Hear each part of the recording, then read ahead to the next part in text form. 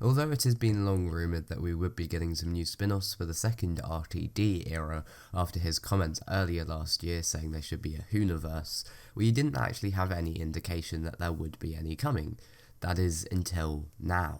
In a report from the Mirror's Nicola Methan, someone who has a pretty perfect track record, we have exclusive Doctor Who villains, Cybermen and Daleks to get spin-off series in huge Disney deal. Now before we dig into this, I must stress, although this comes from a fairly reliable source with a fairly good track record, this is in no way confirmation of new spin-offs.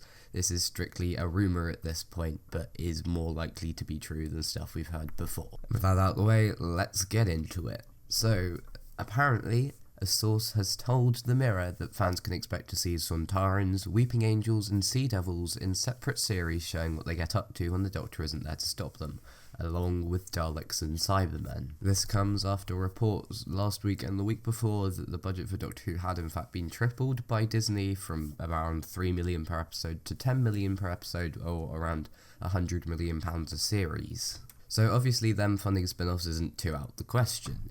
The interesting thing is, all the spin-offs people were talking about potentially wanting, or even some vague rumours of spin-offs, weren't these. They were more sort of returning characters, or even new characters that we hadn't seen yet having their own spin-offs. We hadn't really heard any rumblings of monster spin-offs. This is the first we've heard of that, but I think this is a really interesting concept. But I think it's worded in a slightly confusing way, because although the implication is that we're going to get a separate Sontaran series, a separate Sea Devil series, a separate Weeping Angel series, a separate Dalek series, and a separate Cyberman series, I'm going to be completely honest, as much as I love the Sea Devils, I couldn't see, one, the BBC greenlighting a solo Sea Devils TV series, and two, anyone really tuning in to watch a solo Sea Devils TV series.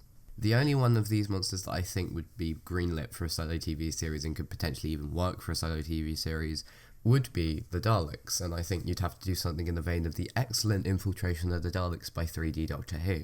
With something like the Cybermen, the whole point is they don't have emotions, they don't have their own characters, so I don't think following a legion of Cybermen, emotionless, characterless people, would be very interesting. I think if you were going to do a Cyberman spin-off, you probably have to focus it on like a group of humans or a group of aliens on a different planet, with the Cybermen being the main antagonists, which I think a series like that could have lots of potential, but I don't know if it would be something they would greenlight, and I think if they were going to do monster series, they'd want the monsters to be front and centre. So what do I think is going on here?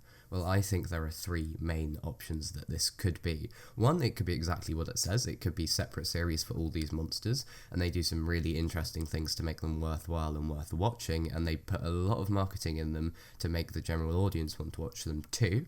The second option, this is a big The Monsters series, Doctor Who The Monsters spin-off, which involves all of these different monsters in a series together, either having just a massive war or being forced to work together for some unobtainable goal. And the third option, I think personally this is the most likely option, as this could be a sort of anthology series, sort of Doctor Who The Secret Lives of Monsters, with each episode following a different monster from the Doctor Who universe, and you see what they get up to when the Doctor isn't there. So you have episode 1 be the Daleks, episode 2 be the Cybermen, episode 3 be the Sea Devils, etc, etc.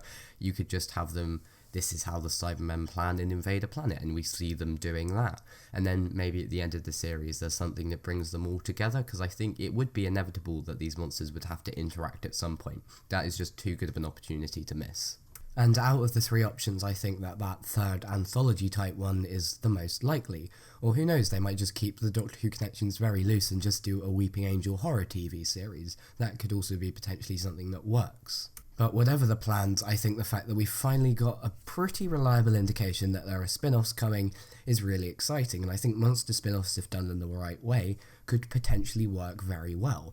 This article also mentions that they want to build out a Doctor Who Whoniverse, so I think that this could be a great first step, and then we could lead on to other spin-offs following maybe characters we've seen before or something along those lines.